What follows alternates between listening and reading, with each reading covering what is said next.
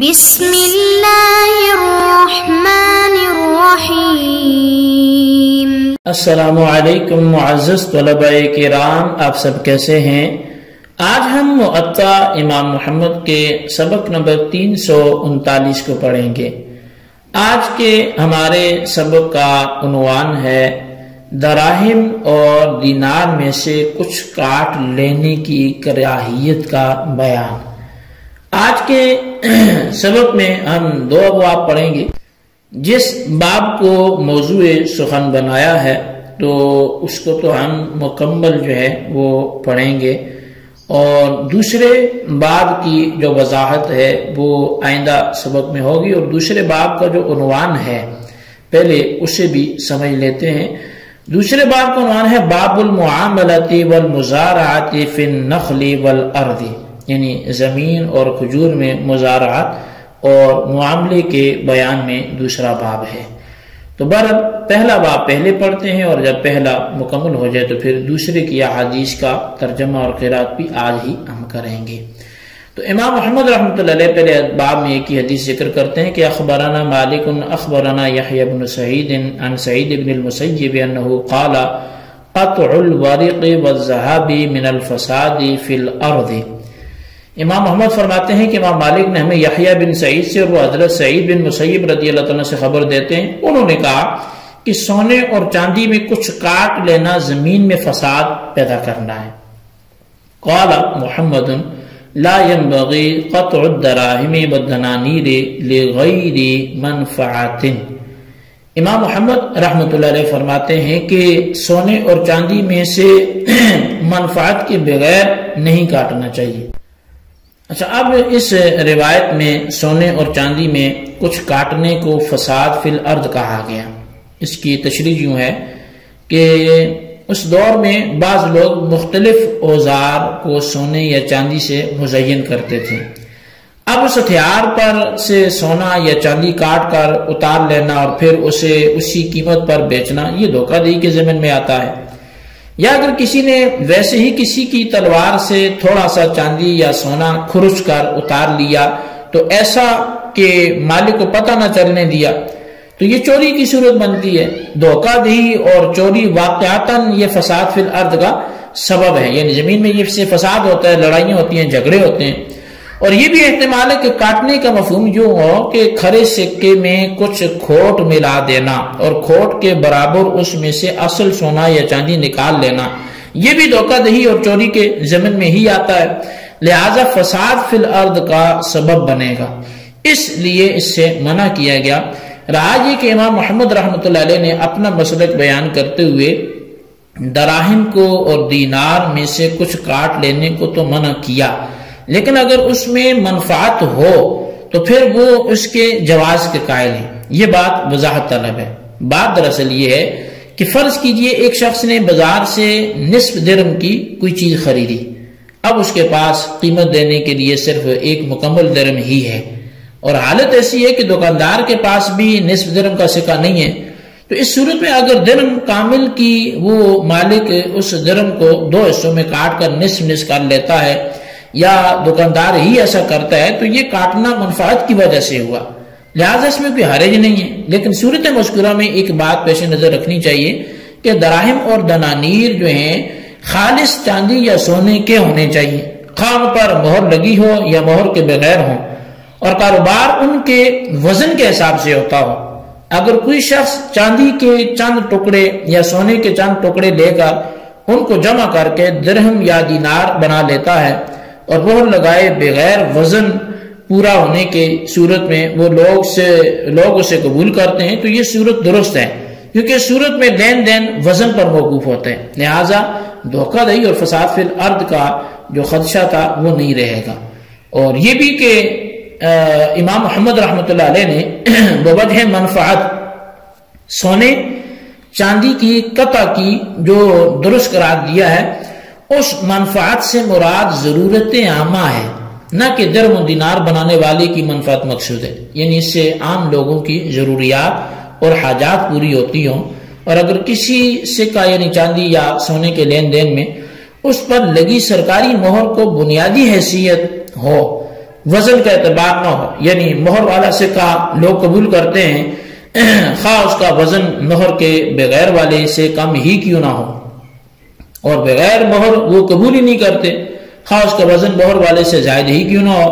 تو اس صورت میں چونکہ مہر لگنے یا نہ لگنے پر دار و مدار ہے، لہذا یہاں کاٹنے سے دھوکہ دہی نہیں بنتی، کیونکہ یہاں دار و مدار سرکاری مہر پر ہے۔ جیسے کہ ہمارے یہاں 50 روپے کا اگر کوئی یہاں سکہ ہو تو پہلے ذرا وہ پیچھے جب تھا بھی 50 پیسے کا تو وہ بڑا تھا تو اس کا وزن بھی زیادہ تھا، اب اس کو چھوٹا کر دیا گیا اور وزن میں بھی لازماً کمی آئی، لیکن چھوٹا بڑا ہونا یہاں کوئی معتبر نہیں ہے، صرف اس پر سرکاری مہر ہونا ضروری ہے۔ جیسا کہ 5 روپے کا سکہ یا 1 روپے کا سکہ، تو 1 روپے کا ایک تو بڑا وہ پرانا سکہ آیا کرتا تھا جو درہم کی مقدار کو ہوتا تھا، جس کے مثال بھی دی جاتی تھی کہ اگر نجاست غلیظہ درہم برابر ہو جائے تو وہ اس سکے کی مقدار کو مثال کے طور پر بیان کیا جا سکتا ہے، پرانا روپے کا سکہ۔ لیکن پھر روپے کا سکہ چھوٹا ہو گیا تو مالیت نہیں کم ہوئی، یعنی اگرچہ اس کا سائز کم ہو گیا، اس کا وزن بھی کم ہو گیا،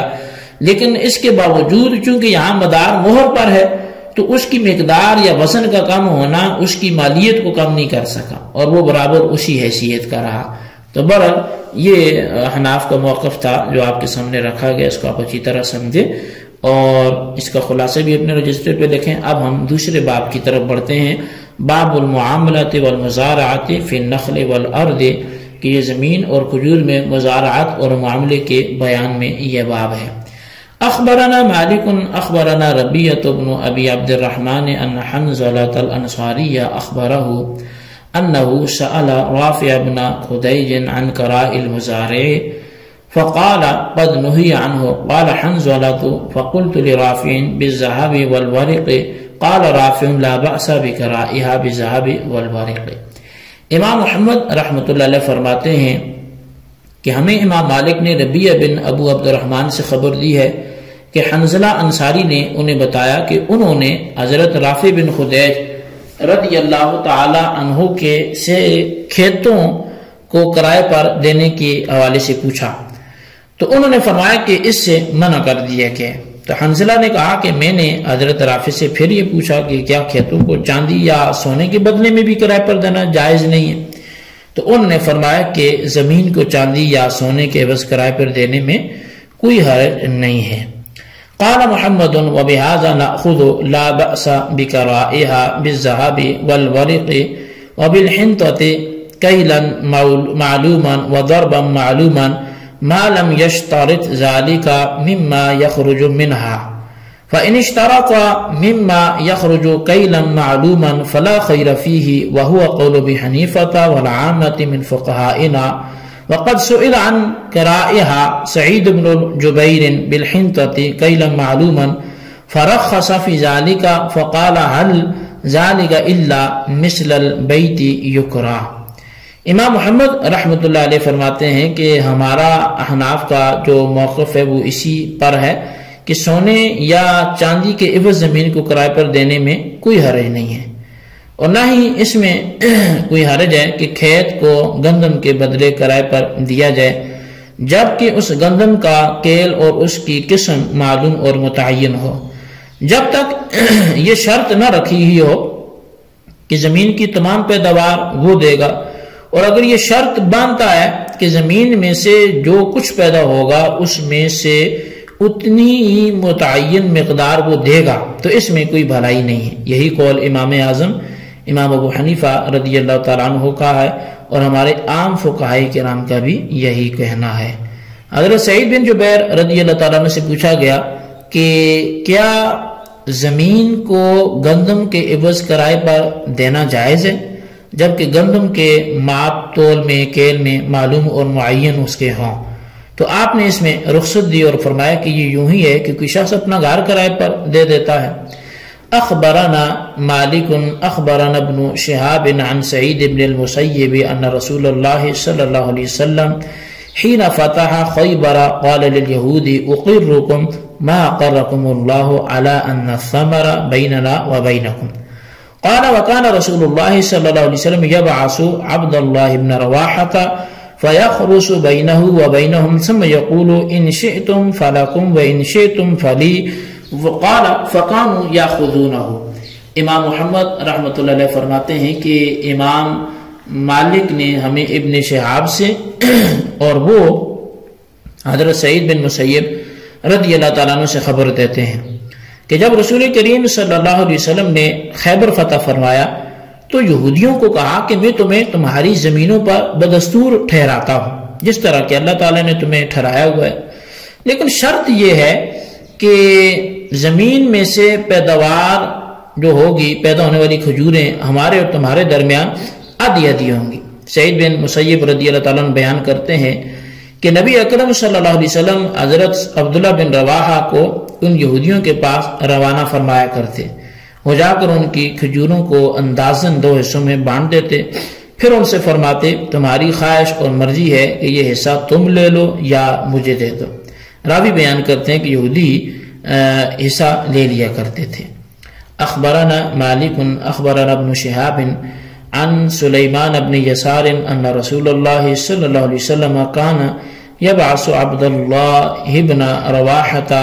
فیخرس بینہ وبین اليہود قال فجمعوا حلیا عن حلی نسائهم وقالوا هذا لك وخفف عنا وتجاوز في القسمة فقال يا معشر اليهود والله إنكم لمن أبغض خلق الله إلي وما ذلك بحاملي أن أحيف عليكم أما الذي أردتم من الرشوة فإنها سخط وإنا لا نأكلها قالوا بهذا قامت السماوات والأرض۔ امام محمد رحمۃ اللہ علیہ فرماتے ہیں کہ امام مالک نے ہمیں خبر دی ہے کہ ہمیں ابن شہاب نے سلیمان بن یسار سے خبر دی کہ نبی اکرم صلی اللہ علیہ وسلم حضرت عبداللہ بن رواحہ کو خیبر بھیجا کرتے تھے، وہ وہاں جا کر اپنے اور یہودیوں کے مابین اندازے کے ساتھ کھجوریں نصف نصف کر لیا کرتے۔ یہودی اپنی عورتوں کے زیورات جمع کرتے اور آپ کو پیش کر کے کہتے کہ ہم پر کچھ تخفیف کیجئے اور جو کچھ ہم سے لیتے ہیں اس میں کمی کر دیجئے۔ آپ نے فرمایا اے جماعت یہود، خدا کی قسم تم میرے نزدیک اللہ تعالیٰ کی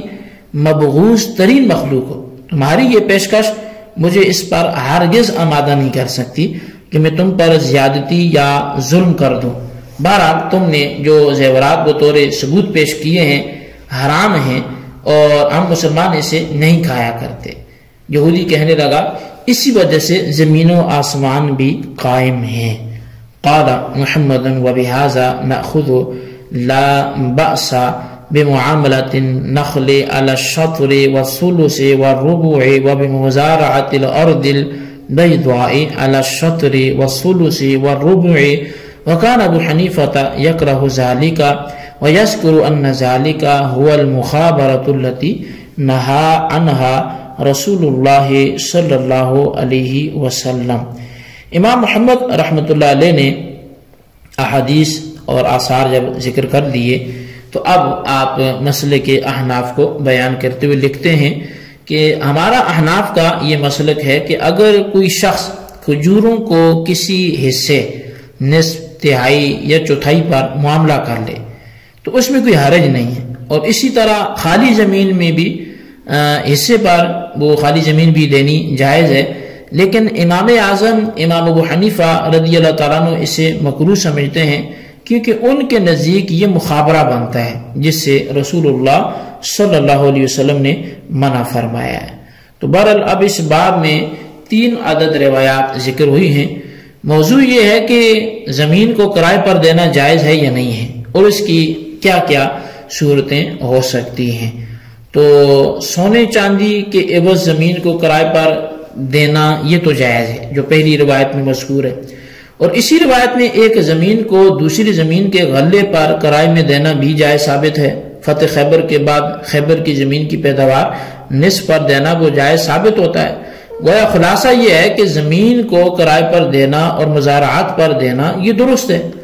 اب تفصیل طرف بات یہ ہے کہ کرائے کی کتنی صورتیں ہیں اور مزارعات کی کیا کیا شکلیں ہو سکتی ہیں، پھر ان میں جائز اور ناجائز کون کون سی ہیں، کیونکہ مسئلہ مشکلہ کا معیشت جو ہے وہ ملکی معیشت سے گہرا تعلق ہے، لہٰذا اس کو تفصیلاً بیان کیا جاتا ہے تاکہ تمام علماء کرام جو ہیں وہ اور زراعت سے متعلق حضرات اس سے استفادہ کر سکیں۔ تو بہرحال اب یہ کتنی صورتیں ہیں زراعت کی، کون سی جائز ہیں کون سی ناجائز ہیں، آئندہ سبق میں ہم اس پر کلام کرتے ہیں۔ آج کے لیے ہم سبق کو یہیں پہ موقوف کرتے ہیں۔ اللہ تعالیٰ سے دعا کرتے ہیں جو پڑھا سنا سے یاد رکھنے کی توفیق نصیب فرمائے، آمین بجاہ النبی الامین صلی اللہ علیہ وسلم۔